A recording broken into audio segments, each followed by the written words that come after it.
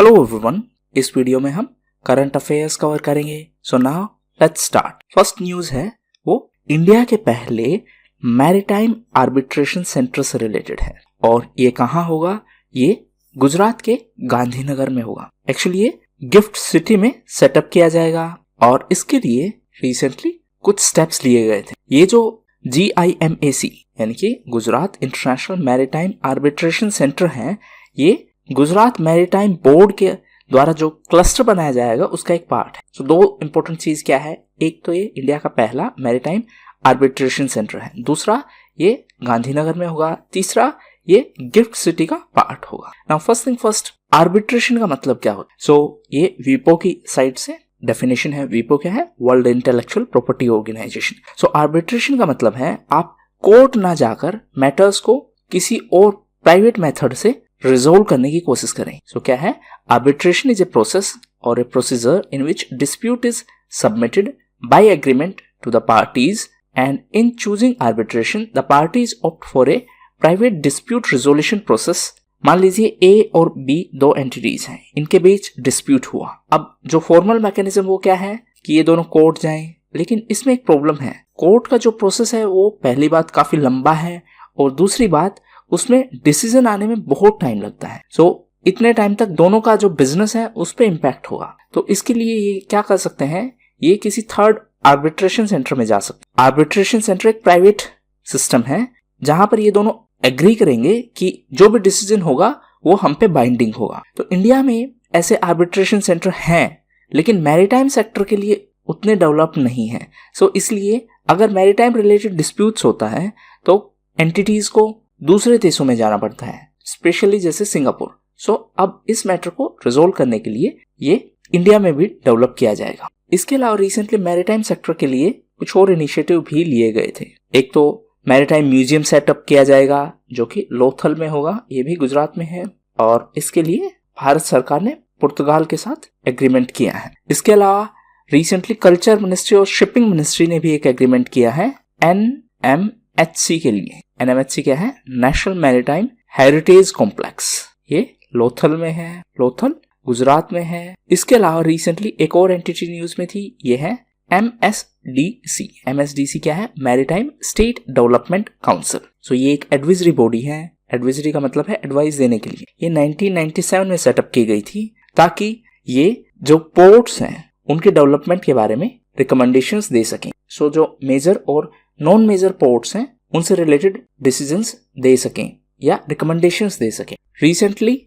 MSDC की meeting हुई थी और इसी के कंटेक्स्ट में न्यूज में था। इसके अलावा मैरीटाइम सेक्टर से रिलेटेड एक और इवेंट न्यूज में थी, ये है इंडियन पोर्ट बिल। ये हमने प्रीवियस लेक्चर्स में ऑलरेडी कवर किया है, तो आप इसे वहां से चेक करिए। नेक्स्ट न्यूज है इंडिया के एक्सपोर्ट से रिलेटेड। सो रिसेंटली सर्बिया ने, जो कि एक यूरोपीय देश है, उन्होंने इंडिया के ऑनियन, पोमेग्रेनेट और पोटैटोज यानी प्याज, अनार और आलू के लिए अपने मार्केट को अलाउ कर दिया है। यानी कि अब इंडिया से हम इन प्रोडक्ट्स को सर्बिया एक्सपोर्ट कर सकते हैं। यहाँ पर आपसे डायरेक्टली ये पूछने के बजाय एक इंपॉर्टेंट पॉइंट क्या बनता है, ये है फाइटोसैनिटरी सर्टिफिकेट। इसका मतलब क्या है? फाइटो माने प्लांट। सो WTO नॉर्म्स हैं। WTO है वर्ल्ड ट्रेड ऑर्गेनाइजेशन। उन नॉर्म्स के हिसाब से कुछ प्रोडक्ट्स के लिए फाइटोसैनिटरी सर्टिफिकेट जरूरी है। ये सर्टिफिकेट ये शो करती है कि ये जो भी प्रोडक्ट हम एक्सपोर्ट कर रहे हैं इसमें कोई भी पेस्ट या डिजीज नहीं है। सो ये दो टर्म से बना है, एक प्लांट और एक सैनिटरी। यानी कि जो भी प्रोडक्ट हम एक्सपोर्ट कर रहे हैं, जो भी एग्रीकल्चरल प्रोडक्ट हम एक्सपोर्ट कर रहे हैं, और उसमें कुछ भी हार्मफुल पेस्टिसाइड नहीं है। सो अभी रिसेंटली APEDA क्या है? Agriculture and processed food export development authority है। उन्होंने स्पेसिफाई किया है कि ऑनियन और पोमेग्रेनेट के लिए सर्टिफिकेट की जरूरत नहीं है, लेकिन पोटैटो के लिए इस सर्टिफिकेट की जरूरत पड़ेगी। यानी जो एक्सपोर्टर्स पोटैटो एक्सपोर्ट करेंगे सर्बिया में, उनको ये फाइटोसैनिटरी सर्टिफिकेट की जरूरत पड़ेगी। नाउ APEDA की बात करें तो ये है कॉमर्स मिनिस्ट्री के अंडर। ये एग्रीकल्चरल प्रोडक्ट्स के एक्सपोर्ट से रिलेटेड अथॉरिटी है। ऐसे ही मरीन प्रोडक्ट्स के एक्सपोर्ट से रिलेटेड है MPEDA, marine products export development authority. APEDA का मुख्यालय है न्यू दिल्ली में, इसका मुख्यालय है कोच्चि में। ये दोनों ही कॉमर्स मिनिस्ट्री के अंडर में है। कोची केरल में है। रिसेंटली केरल इसलिए न्यूज में था क्योंकि केरल सरकार ने फिशर्स की सेफ्टी के लिए एक कमेटी का गठन किया है और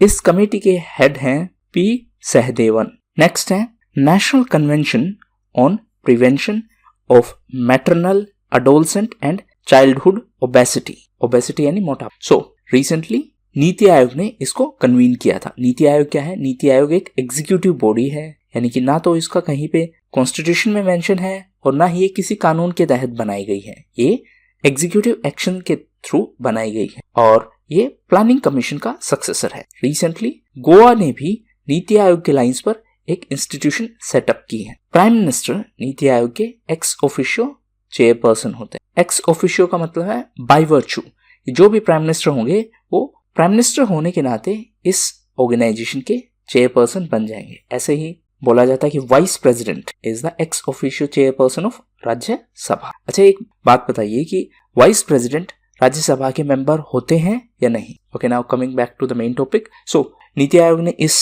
इवेंट को ऑर्गेनाइज करवाया था और ये जो कन्वेंशन ऑर्गेनाइज करवाई गई थी ये डॉक्टर वी के पॉल के चेयरमैनशिप के अंडर में करवाई गई थी और इसके को चेयरपर्सन थे डॉक्टर आर हेमलता। नेक्स्ट है Denmark science framework agreement on ISA with India. ISA क्या है? International solar alliance. So recently Denmark ने आईएसए के लिए एग्रीमेंट साइन किया है। एक इंपॉर्टेंट बात यह है कि इसी साल यानी जनवरी में आईएसए के फ्रेमवर्क में कुछ चेंज किया गया था और अब सभी यूनाइटेड नेशंस के मेंबर हैं वो आईएसए के भी पार्ट बन सकते हैं, यानी कि आईएसए के भी मेंबर बन सकते हैं। पहले जो कंट्रीज सिर्फ ट्रॉपिक ऑफ कैंसर और ट्रॉपिक ऑफ कैप्रिकॉर्न के बीच में आती थी उन्हीं के लिए ये मेंबरशिप ओपन थी, लेकिन इसी साल जनवरी महीने में ये अमेंडमेंट किया गया था फ्रेमवर्क में और उस अमेंडमेंट के बाद डेनमार्क पहला ऐसा कंट्री बना है जिन्होंने आईएसए फ्रेमवर्क को साइन किया है। आईएसए की बात करें तो ये है इंटरनेशनल सोलर अलायंस। इसकी जो फाउंडेशन है वो COP 21 के दौरान की गई थी। COP 21 क्या है? Conference of parties. ये पेरिस में हुई थी।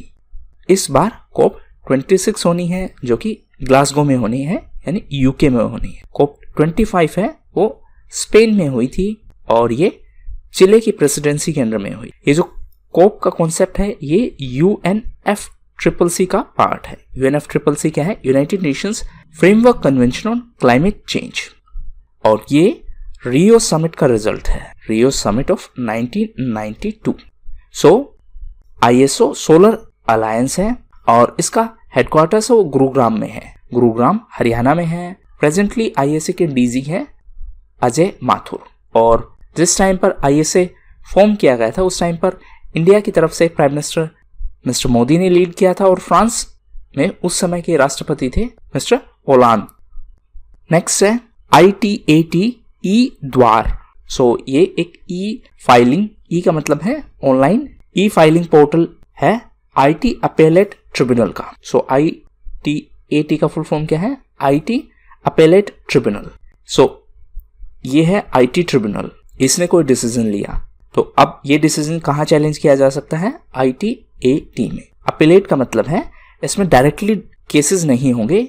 नाउ आपसे एक लॉजिकल क्वेश्चन, ये मैटर है इनकम टैक्स से रिलेटेड, सो इसमें लॉ मिनिस्टर का पिक्चर क्यों है?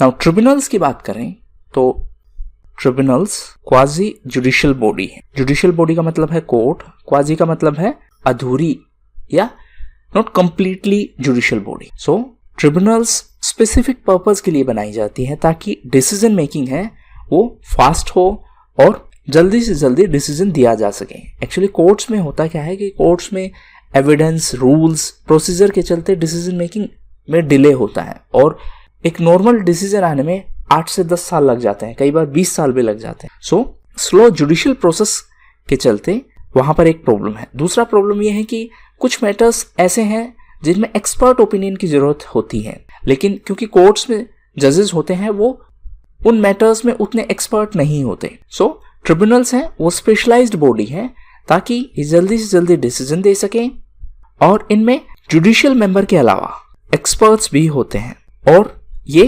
रूल्स पर उतना फोकस नहीं करते। सो ट्रिब्यूनल्स हैं वो ओरिजिनली इंडियन कॉन्स्टिट्यूशन का पार्ट नहीं थे, इन्हें 42nd अमेंडमेंट के थ्रू इंसर्ट किया गया है। 42nd अमेंडमेंट 1976 में था। तो इसमें दो मेजर ट्रिब्यूनल्स होते हैं, एक आर्टिकल 323A के तहत, ए से आप याद रख सकते हो एडमिनिस्ट्रेटिव ट्रिब्यूनल, और दूसरा है आर्टिकल 323B। इसमें बाकी सब टाइप जो कि एडमिनिस्ट्रेटिव ना है, जैसे कि ट्रिब्यूनल्स रिलेटेड टू टैक्सेशन या फिर लैंड रिफॉर्म्स या फिर लेबर रिफॉर्म्स, डिफरेंट एस्पेक्ट। तो ये जो ट्रिब्यूनल्स हैं 323A के तहत, ये सिर्फ पार्लियामेंट के द्वारा बनाई जा सकती हैं, और इसमें स्टेट और पार्लियामेंट दोनों इन ट्रिब्यूनल्स को बना सकते हैं। नेक्स्ट है इंडिया का पहला इंडिजीनियस यानी कि जो हमने खुद बनाया है, इंडिजीनियस एयरक्राफ्ट कैरियर, जिसको IAC शॉर्ट फॉर्म में बोला गया है, वो कमीशन होगा अगले साल तक। एयरक्राफ्ट कैरियर का मतलब क्या है? एयरक्राफ्ट कैरियर का मतलब है एक बहुत बड़ा जहाज जिस पर एयरक्राफ्ट लैंड हो सके और जिस पर से एयरक्राफ्ट टेक ऑफ कर सके। सो इंडिया का पहला इंडिजीनियस एयरक्राफ्ट कैरियर है, वो अगले साल तक कमीशन किया जा सकता है, और इसका नाम होगा विक्रांत, या फिर इसको कई जगह पर IAC-1 के नाम से भी मेंशन किया गया है। IAC का मतलब है इंडिजीनियस एयरक्राफ्ट कैरियर, और क्योंकि ये पहला इंडिजीनियस एयरक्राफ्ट कैरियर है, सो इसको नाम दिया गया है IAC-1। अभी प्रेजेंट में हमारे पास जो एयरक्राफ्ट कैरियर है उसका नाम है INS विक्रमादित्य, और कुछ समय पहले हमारे पास एक और एयरक्राफ्ट कैरियर था जिसका नाम था INS विराट, लेकिन ये 2017 में डीकमीशन कर दिया गया। डीकमीशन का मतलब अब ये सर्विस में नहीं है। सो अभी हमारे पास ये सिंगल एयरक्राफ्ट कैरियर है विक्रमादित्य। जब विक्रांत रेडी हो जाएगा तब हमारे पास 2 एयरक्राफ्ट कैरियर हो जाएंगे। अब क्योंकि इंडिया का जो नेबरहुड है वो होस्टाइल है, स्पेशली चाइना और पाकिस्तान, सो इंडिया को मिनिमम दोनों साइड को टैकल करने के लिए मिनिमम एक एयरक्राफ्ट कैरियर तो जरूरी है। इसके अलावा इंडिया ने प्लान बनाया है कि 2030 तक हम एक और एयरक्राफ्ट कैरियर तैयार करेंगे, और इसका नाम होगा INS विशाल। सो हमने 3 नाम डिस्कस किए, INS Virat, INS Vikramaditya, INS Vikrant, और ये होगा 4th वन। सो ये डीकमीशन हो चुका है, ये अभी प्रेजेंटली फंक्शनल है, ये नेक्स्ट ईयर तक फंक्शनल होगा, और ये 2030 तक फंक्शनल हो। नाउ इन दिस कंटेक्स्ट एक और टर्म बार बार न्यूज में होती है, प्रोजेक्ट सी बर्ड। कमेंट बॉक्स में बताइए ये प्रोजेक्ट क्या है और इसका ऑब्जेक्टिव क्या है। नाउ डिफेंस के सेक्टर में रिसेंटली 2 और इश्यूज न्यूज में थे, और ये दोनों ही DRDO से रिलेटेड है। DRDO क्या है? Defence research and development organisation. तो ये MOD यानी मिनिस्ट्री ऑफ डिफेंस के अंडर में है। सो DRDO ने रिसेंटली पिनाका रॉकेट का एडवांस्ड वर्जन टेस्ट किया है, और ये चांदीपुर से टेस्ट किया गया है, चांदीपुर ओडिशा में। सो पिनाका रॉकेट्स है वो मल्टी बैरल रॉकेट लॉन्चर से टेस्ट किए गए हैं। इसके अलावा रिसेंटली DRDO ने निर्भय मिसाइल भी टेस्ट की है। ये न्यूक्लियर कैपेबल है और ये एक क्रूज मिसाइल है। Next smart city awards. So recently smart cities के कंटेक्स्ट में डिफरेंट अवार्ड्स अनाउंस किए गए थे। सो स्मार्ट सिटीज में टॉप परफॉर्मिंग स्टेट की बात करें तो ये है उत्तर प्रदेश, मध्य प्रदेश 2nd पोजीशन पर है, और तमिलनाडु 3rd पोजीशन पर। यह है टॉप परफॉर्मिंग स्टेट। इसके अलावा ओवरऑल परफॉर्मेंस की बात करें सिटीज की, सो इसमें सूरत और इंदौर टॉप पोजीशन पर है। सूरत गुजरात में है, इंदौर मध्य प्रदेश में है, और यूनियन टेरिटरीज के केस में चंडीगढ़ टॉप पोजीशन पर है।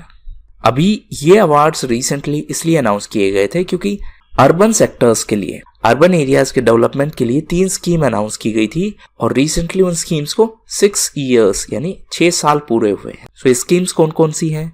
एक है स्मार्ट सिटीज मिशन, और एक है अमृत का फुल फॉर्म है Atal mission for urban rejuvenation and urban transformation, और तीसरा है प्रधानमंत्री आवास योजना अर्बन कंपोनेंट। सो ये 3 इनिशिएटिव हैं अर्बन डेवलपमेंट के लिए। अर्बन डेवलपमेंट के लिए अपने देश में मिनिस्ट्री है, ministry of housing and urban affairs, और जो नेशनल मिशन है, national mission on sustainable habitat, ये भी इसी मिनिस्ट्री के अंडर में है। इसके अलावा जो ट्यूलिप स्कीम थी ये भी इसी के अंडर में है। PM स्वनिधि स्कीम है जो कि स्ट्रीट वेंडर्स के लिए है, ये भी इसी मिनिस्ट्री के अंडर में है। नाउ कल की वीडियो में एक क्वेश्चन था कि स्कीम से रिलेटेड क्वेश्चंस कैसे पूछे जा सकते हैं। ये डिपेंड करता है आपके एग्जाम पे। यूजुअली जो यूपीएससी और स्टेट पीसीएस एग्जाम्स हैं उनमें स्कीम से रिलेटेड मल्टीपल स्टेटमेंट्स हो सकते हैं। एक स्टेटमेंट में आपसे पूछा जा सकता है कि इसकी इम्प्लीमेंटिंग अथॉरिटी कौन सी है, दूसरी में आपसे पूछा जा सकता है कि इसका ऑब्जेक्टिव कौन सा है, और तीसरी स्टेटमेंट में आपसे पूछा जा सकता है इसका फाइनेंसिंग पैटर्न क्या है, कि ये सेंट्रल सेक्टर स्कीम है या सेंट्रली स्पॉन्सर्ड स्कीम है। जबकि बाकी टाइप के एग्जाम्स में आपसे यूजुअली ये पूछा जा सकता है कि कौन सी मिनिस्ट्री इसको इम्प्लीमेंट करेगी सिंगल लाइन स्टेटमेंट में, या फिर इस स्कीम का ऑब्जेक्टिव क्या है, या इसके टारगेट बेनिफिशरीज कौन से हैं। फॉर एग्जाम्पल आपसे पूछा जा सकता है कि which ministry is the implementing authority for PM Svanidhi scheme, और PM Svanidhi scheme is a scheme for, and आपको ऑप्शंस दे सकते हैं से street vendors, women empowerment, senior citizens और ट्रांसजेंडर्स। सो मल्टीपल टाइप के स्टेटमेंट्स रिलेटेड क्वेश्चंस पूछे जा सकते हैं यूपीएससी और स्टेट पीसीएस एग्जामिनेशन में, और वन लाइनर क्वेश्चंस पूछे जा सकते हैं बाकी सब एग्जाम्स में। नेक्स्ट है गोवा से रिलेटेड। सो रिसेंटली गोवा के चीफ मिनिस्टर ने एक स्टेटमेंट दिया कि गोवा अब इंडिया का पहला रेबीज फ्री स्टेट है। क्यों? क्योंकि उन्होंने लास्ट के 3 साल में एक भी रेबीज का केस रिपोर्ट नहीं किया, यानी कि गोवा में सिंगल रेबीज केस भी नहीं आया लास्ट के 3 साल में। Now first thing first, rabies है क्या? रेबीज एक वायरल डिजीज है, और ये फैलती कैसे है? जब कोई rabies infected animal human beings को काटता है तो उसके थ्रू ये फैलती है। इंडिया में रेबीज का मोस्ट प्रोमिनेंट रीजन है डॉग्स, यानी डॉग्स के काटने से रेबीज के केसेस कॉमन है इंडिया में। और रेबीज है वो सेंट्रल नर्वस सिस्टम को इन्फेक्ट करता है, और अगर सही टाइम पर केयर ना मिले तो it can be fatal also. अब रेबीज को प्रिवेंट कैसे किया जाता है? By vaccinating these pets. So ये थे मोस्ट इंपोर्टेंट न्यूज आर्टिकल्स। अब डिस्कस करते हैं कुछ important news events. So first है AMER 9। AMER का मतलब है Asian ministerial energy round table. So ये जो 9th राउंड टेबल कॉन्फ्रेंस होगी ये इंडिया में होगी, और ये 2022 में होगी। नेक्स्ट है ease of living index 2020। So recently CSE यानी centre for science and environment ने ये इंडेक्स रिलीज की थी, और इस इंडेक्स के हिसाब से बेंगलुरु टॉप पोजीशन पर है, और ये इंडिया की मोस्ट लिवेबल कैपिटल सिटी है। नेक्स्ट है digital skill champions programme. So recently NSDC का मतलब है नेशनल स्किल डेवलपमेंट कॉरपोरेशन ने व्हाट्सएप के साथ टाई अप किया है ये digital skill champions programme launch करने के लिए, और इस स्कीम के तहत लोगों को डिजिटल स्किल्स दी जाएंगी ताकि उनको एम्प्लॉयमेंट की बेहतर अपॉर्चुनिटीज मिल सके। नेक्स्ट है विंडोज 11। सो ये माइक्रोसॉफ्ट का प्रोडक्ट है, और रिसेंटली माइक्रोसॉफ्ट ने विंडोज 11 लॉन्च की है ऑफिशियली। नेक्स्ट है Delhi sports university. So recently इसकी वाइस चांसलर के तौर पर मिस कर्णम मल्लेश्वरी को अपॉइंट किया गया है, और वो पहली इंडियन वुमेन वेटलिफ्टर हैं जिन्होंने ओलंपिक्स में इंडिया के लिए मेडल जीता था। नेक्स्ट मिशन कर्मयोगी। सो ये पुराना मिशन है ब्यूरोक्रेटिक रिफॉर्म्स के लिए। रिसेंटली ये न्यूज में था क्योंकि अभी एक कमेटी का गठन किया गया है, और इस कमेटी के जो चेयरपर्सन है वो है SD शिबुलाल। नेक्स्ट है hybrid cloud lab. So recently IISc Bengaluru ने टाई अप किया है IBM के साथ to launch hybrid cloud lab. Next है vaccine cold chain facilities. So vaccine को एक स्पेसिफिक टेम्परेचर के अंदर ही रखा जाता है, एक टेम्परेचर रेंज के अंदर। अगर उससे ज्यादा या उससे कम टेम्परेचर हुआ तो वैक्सीन की जो एफिशिएंसी है उस पर असर पड़ेगा। तो इसके लिए जो कोल्ड चेन फैसिलिटीज हैं उनको बनाने के लिए जापान इंडिया की हेल्प करेगा। सो ये थे मोस्ट इंपोर्टेंट न्यूज आर्टिकल्स और news events. Now get ready for the test. Thank you and that's all for the day.